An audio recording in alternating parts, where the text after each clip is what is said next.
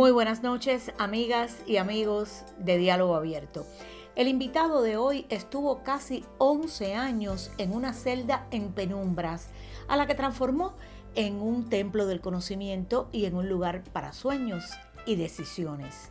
Diálogo Abierto tiene el privilegio de compartir con ustedes declaraciones del coronel Orlando Cardoso Villavicencio, héroe de la República de Cuba. La visión que uno puede tener de la vida en la prisión, todo depende de la educación, del nivel de educación que uno pueda tener. Yo quedé preso con 20 años que acabo de cumplir. A esa edad la mente está llena de lagunas. Lagunas que normalmente se llenan con el contacto con la sociedad. Yo quedé preso y estas lagunas estaban presentes ahí y había que llenarlas. Y como no tenía cómo llenarlas, porque no tenía contacto con la sociedad, que mi único contacto era con la fantasía, ¿no? Tenía que buscar una forma que me ayudara, algo filosófico. Leí varios libros de filosofía, me pareció muy oportunista, no me convencía. Caí en las manos entonces el famoso Tolstói, para mí el mejor escritor que ha dado la historia de la literatura universal. Villavicencio leyó en la prisión miles de títulos, casi todos en inglés y francés, idiomas que se vio obligado a estudiar para poder leer los libros que estaban a su alcance.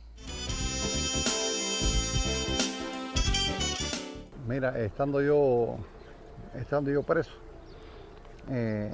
ya a partir del tercer año, por primera vez, me permitieron salir de la celda. O sea, fueron 3 años sin ver el sol, sin ver la claridad. Y me condujeron hasta un área de ejercicio, donde habían 2 pedazos de tierra yermo, 3x4 cada pedacito de eso ahí. Ahí me encontré ese mismo día un palito de madera bien dura. Y le pedí permiso a los carceleros y me dejaron trabajar y empecé a reportar tierra. Había una matica moribunda de picante, que fue la primera que sembré. Después ellos me regalaron un puñito así de semillas de frijol y empecé a sembrar el frijol. Después la curva me llevó semillas de maíz y ya al final lo que hice fue dedicarme a sembrar bicaria e incluso logré un híbrido con la bicaria. Después de mucho trabajo ahí usando la brizna para hacer la fertilización. Y ahí entonces pasé un proceso de experimentación con la agricultura. Y leí mucho sobre la agricultura, muchos libros de agronomía. El éxito editorial de sus libros es mucho más difundido que sus conocimientos sobre las plantas y su perseverancia en contribuir a la soberanía alimentaria a través del sistema de autoconsumo de las FARC.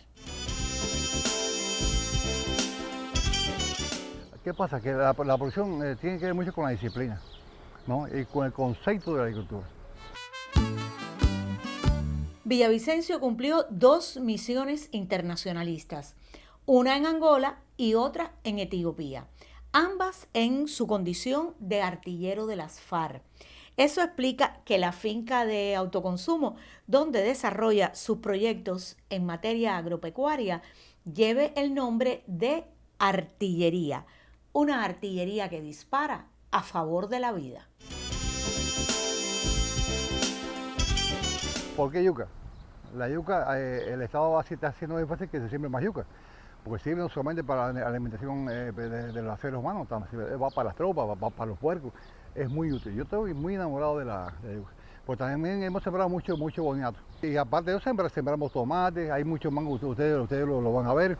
Este plátano que ya está casi en fase de demolición, porque todavía le quedan miles de racimos de plátano macho. Y todo está en función de ¿qué? De un abastecimiento semanal. 12 trabajadores y una jefa de finca son el apoyo de Villavicencio en esta tarea tan diferente a la creación literaria. Ella es muy eficiente, ella es muy buena. Aquí me puedo perder yo, se puede perder ella, pero aquí no se pierde ni una gotica de arroz, ni una gotica de petróleo, aquí no se pierde nada. Aquí hay una disciplina espectacular. Esto la gente piensa que soy jefe de finca, no, esto es un proyecto que yo dirijo. Pero la jefe de la finca es ella. Yo puedo estar aquí un mes fuera, que aquí no pasa nada. O sea que simplemente las cosas, yo soy quien oriento cómo hay que hacer las cosas, dónde hay que hacerlas y cómo hay que hacerlas. Y ya después eso pues, es un problema ahí. Lo mío es chequear de vez en cuando y ya el resto del tiempo en mi oficina escribiendo mis libros como yo he hecho toda la vida. El ambiente de la finca es hoy su escenario predilecto para escribir. De eso hablaremos más adelante. Ahora les propongo ver la presentación del documental Villa, un héroe singular y varias miradas periodísticas a nuestro invitado.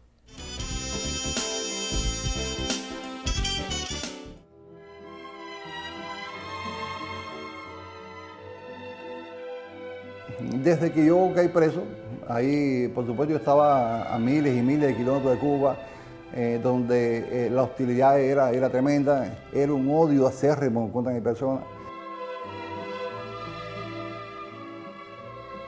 Una celda pequeñita con 3x2 con una doble puerta.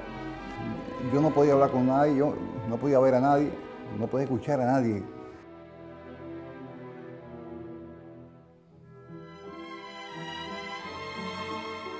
Y solamente mi juventud y al principio la fantasía. Eso fue un momento que me ayudaron a mí a aguantar durante los primeros meses. Pero hubo un momento de desborde, donde ya no existía la posibilidad de seguir viviendo de lo poco que estaba en mi alcance. Mi imaginación se fue marchitando. Ya esa euforia propia de la fantasía llegó a convertirse en algo que me hacía daño, algo pernicioso. Y lo que yo pensé que iba a ser algo ligero, unos pocos meses de prisión, se convirtieron en casi 11 años.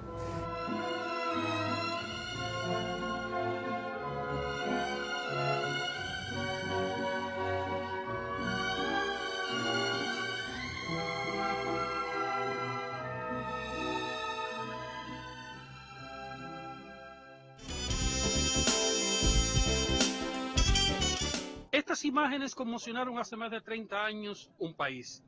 Se trataba de la excarcelación del entonces joven teniente Orlando Cardoso Villavicencio, considerado el prisionero de guerra que más tiempo permaneció en cautiverio.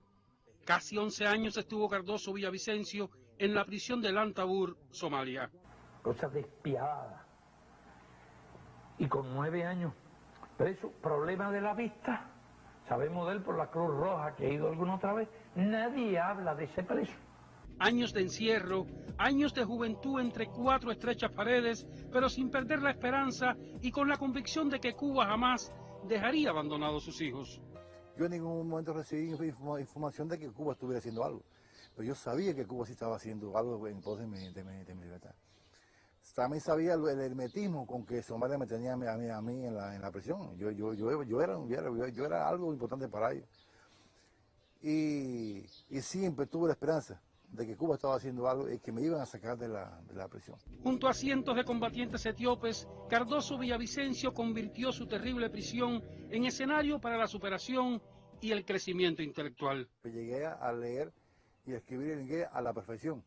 Y la lectura, sabes que está llena de conocimiento, y el conocimiento es poder. Mientras más leía, más poderoso me sentía. También para reafirmar esa solidaridad propia del cubano.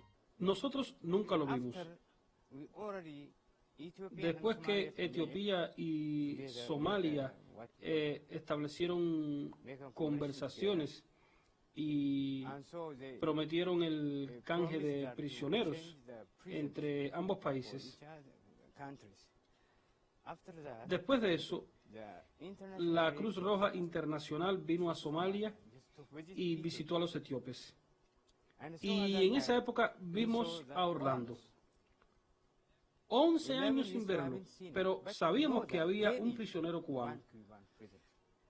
Nuestro oficial nos dijo, ese hombre es al que ustedes le deben la vida, quien los ayudó, quien hizo muchos favores para ustedes. A su regreso a Cuba, Cardoso Villavicencio recibió los máximos reconocimientos de las Fuerzas Armadas, el gobierno y el pueblo que lo premió como héroe de la República.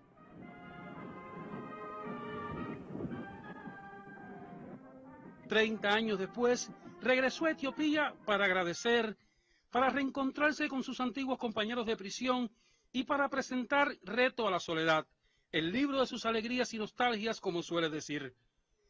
El texto ha sido uno de los más leídos en Cuba durante la última década, testimonio de la voluntad inquebrantable y confianza de un joven de apenas 20 años. La historia de este héroe cercano, su confianza infinita en la revolución, aún en las peores condiciones, y su ejemplo perduran en el tiempo. Las nuevas generaciones debieran leer Reto a la soledad, testimonio de la voluntad y confianza de un hombre desde una celda solitaria, aislada, oscura.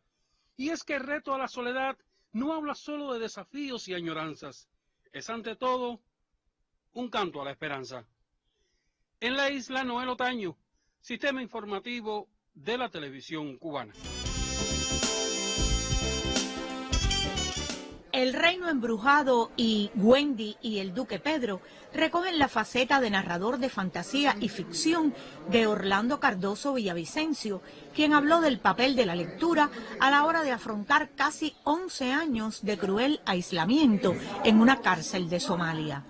Más de 2000 libros leyó en esa etapa. En ellos encontró la convicción de su capacidad para escribir. Actualmente proyecta títulos relacionados con leyendas populares cubanas. Villavicencio compartió con niños del proyecto Trazos de Esperanza de la Casa de Cultura de Guanabacoa. Los pequeños elaboraron trabajos que obsequiaron a los héroes de la República de Cuba, Coronel Orlando Cardoso Villavicencio y Antonio Guerrero. Coincidencia de héroes en nuestra historia y la continuidad de la Feria del Libro. Loli Esteves, Sistema Informativo. 23 de agosto de 1988, el día que marcó para Orlando Cardoso Villavicencio un nuevo comienzo. El hombre que Cuba vio partir con solo 20 años regresaba con 30.